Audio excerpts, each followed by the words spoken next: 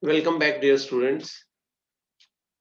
Today we will learn the principle of absence of arbitrariness. This concept is also related to the concept of equality because equality and arbitrariness are enemies to each other. What is arbitrariness? Hindi में बोले तो मनमानापन. If some authority is taking a decision, passing an order according to his own whims and caprices, and he is not following the law, then it is said that such an order is an arbitrary order. According to doctrine of absence of arbitrariness, any state action is violative of Article 14 if it is arbitrary. Any law is required under Article 14 to be non-arbitrary, and subsequently each person is entitled to the fullest protection of law in its application. All of us have read the case of Maneka Gandhi versus Union of India, where the passport of Mrs. Maneka Gandhi was impounded without giving her any opportunity of hearing. It was held in this case that equality and arbitrariness are sworn enemies. Equality belongs to rule of law, while arbitrariness belongs to whims and caprices of absolute monarch. Article 14 strikes at the arbitrariness in state action and ensures fairness and equality of treatment. So in Maneka Gandhi's case, it was held that the order of the passport authority cancelling the passport of Maneka Gandhi was an order which was an arbitrary order. He has not followed the procedure written in the Passport Act, in as much as no notice of hearing was given to Mrs. Maneka Gandhi. So this is arbitrariness. Hindi में एक गाना है, मैं चाहूं ये करूं, मैं चाहूं वो करूं, मेरी मर्जी. So this मेरी मर्जी concept is arbitrariness. जहां आप काम अपनी मर्जी से करेंगे और ये बोलेंगे मैं चाहे ये करूं, मैं चाहे वो करूं, मेरी मर्जी, मैं चाहे जो ऑर्डर पास करूं, मेरी मर्जी. तो दिस मेरी मर्जी मनमानापन है. The order passed according to one's own whims and caprices is known as an arbitrary order. So there should be no arbitrariness in state action. What is the definition of arbitrariness? Arbitrariness is the quality of being determined by chance or by whims or by impulse and not by necessity, reason or principle. This word arbitrary originated from Latin word arbitrarius, which means the source of arbiter or someone who is tasked to judge some matter. We call a judgment arbitrary in nature when it is made at the discretion of the judge and is not one that is fixed by law or based upon law. So arbitrary decisions are not always the random decisions we make out of our own will just by virtue of our privileged position. Sometimes even the decisions made in pursuance of bona fide interest turns out to be arbitrary in nature. The officer has passed the order in good faith, bona fidely, but still that order may turn out to be arbitrary in nature if the law is not followed while passing that order. Dear students, recently you must have read in the newspapers the odd even formula of government of NCT of Delhi.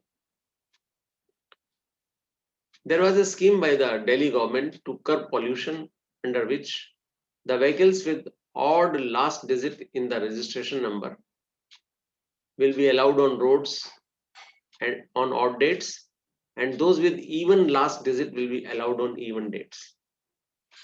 Even though the scheme was framed in good faith, there was a plea in the apex court challenging the constitutional validity of the scheme, and the court described this odd even as a half-baked scheme which was also at odds with Article 14 and 21. See, the government of NCT has taken this decision in good faith bona fidely, but in the opinion of the Supreme Court, this was a half-baked scheme which was also at odds with Article 14, equality, and 21, personal liberty. Our Constitution guarantees the fundamental right to equality under Article 14, and we have seen the language of Article 14, that state shall not deny to any person equality before the law or the equal protection of laws within the territory of India. The right to equality, which is a basic feature of our Constitution, means that neither any constitutional amendments nor Parliament can contravene the fundamental right of equality. If there is a violation of the right to equality, then it will be considered a violation of basic structure of the Constitution. Article 14 provides two principles: equality before the law and equal protection of the laws. Equality before the law, this part of Article 14 is taken from English law, which is also known as rule of law, propounded by A.B. Dicey. It is said to be a negative concept because it appeals to the duty of the state not to make any law transgressing the rights of individuals, and that the law should be equal. In other words, the like should be treated alike, come what may. It ensures the absence of any privilege in favor of any individual and equal subjection of all the classes of law. There is no absolute equality in this concept, as there are some exceptions, such as foreign diplomats, presidents, and other governors of the state are immune from jurisdiction of the courts. So, equality in that sense is not an absolute equality. Then, second portion of Article 14 deals with equal protection of laws. Equal protection of the laws. This concept is originated from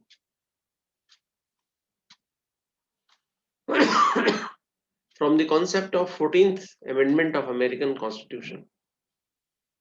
It is a positive concept because here the state is assigned with a positive task to protect the rights of the individuals. It ensures that among equals, the law should be equal and equally administered. The guarantee of equal protection applies against substantive as well as procedural laws. This concept is not only restricted to a natural person, but also includes juristic persons such as corporations, etc., which are to be benefited from this concept. Here is a very important case decided by the Supreme Court. E.P. Royappa versus State of Tamil Nadu. In this case, Article 14 was further interpreted and wider scope was given to Article 14. And in this case, the doctrine of arbitrariness came into picture. It was held that right to equality ensures that every person is to be treated equally without any discrimination made on any ground, be it sex, caste, religion, age, position, or politics. In this regard, Supreme Court came up with new dimension to Article 14 and held it to be a guarantee against arbitrariness. According to the doctrine of arbitrariness, equal protection of the laws prohibits class legislation but permits reasonable classification of persons or things. Now, what is the test of reasonable classification? If you say that particular order of the government satisfies the test of reasonable classification and it is non-arbitrary. This test was laid down in state of West Bengal versus Anwar Ali Sarkar. In order to pass the test of reasonable classification, two conditions are to be fulfilled. Number one, there should be an intelligible differentia. The classification which you are making must be founded on an intelligible differentia where like should be treated alike and unlike should not be treated alike.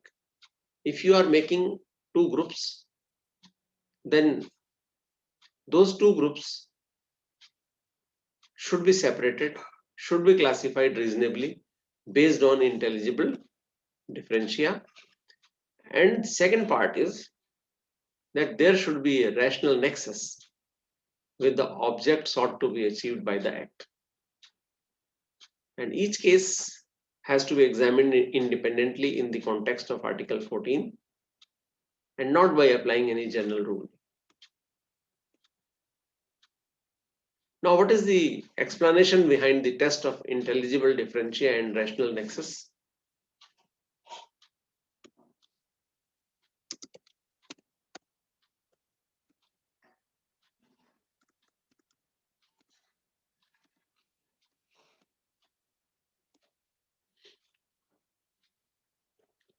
Dear students, Article 14 does not in any way states that all laws have universal application. No. They may or may not be general in character. Also, it does not mean that the same laws should apply to all individuals. It only means that likes should be treated alike and the state is free to treat different persons differently if circumstances justify such treatment.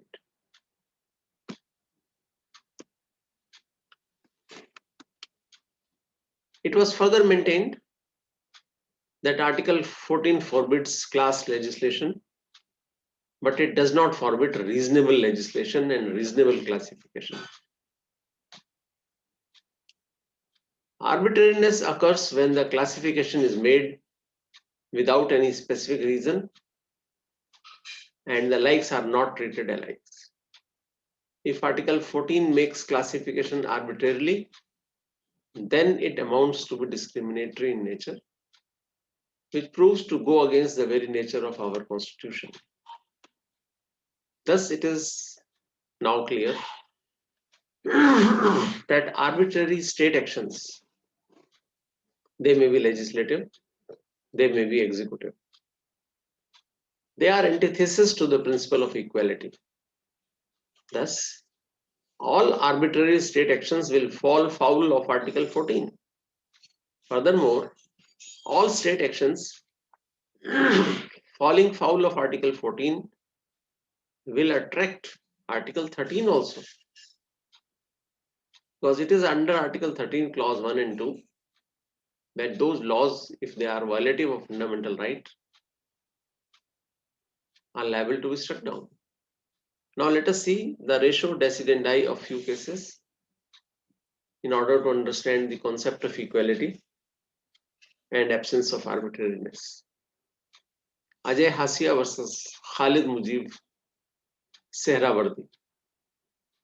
The Supreme Court held that wherever there is arbitrariness in the actions of the state, be it of the legislature or of the executive or any other authority, under Article 12. Article 14 must immediately come into action to turn down such act of the states. Article 14 is to counter the arbitrariness, because any action which is arbitrary is ultimately the negation of equality. The concept of reasonableness and non-arbitrariness is the very essence of the Constitution, which runs deep through its fabric. Another important case, E.P. Royappa versus State of Tamil Nadu. In this case,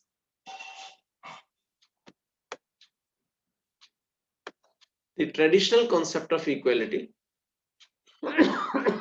that is reasonable classification, was challenged in the apex court, and a new concept was laid down in the judgment. It was held that equality is a dynamic concept with many aspects and dimensions, and it cannot be cribbed, cabined, and confined with traditional doctrinaire limits. The same judgment was used in other landmarks cases such as Maneka Gandhi and R.D. Shetty versus International Airport Authority. In Maneka Gandhi case, Justice Bhagwati very clearly read the principle of reasonableness in Article 14. He said, the principle of reasonableness, which legally as well as philosophically is an essential element of equality or non-arbitrariness, which pervades Article 14 like brooding omnipresence. And in R.D. Shetty's case, it was held that the doctrine of classification which is involved by the court is not a paraphrase of Article 14, nor is the objective and end of that article. It is legislative or executive action in question, which is arbitrary, and therefore constituting denial of equality. Therefore, where an action is arbitrary, it is considered as unequal, and hence a violation of Article 14, which strikes arbitrariness in state action and ensures fairness and equality of treatment. So, dear students, this is all about the absence of arbitrariness, and absence of arbitrariness ensures equality. So, thank you very much, dear students.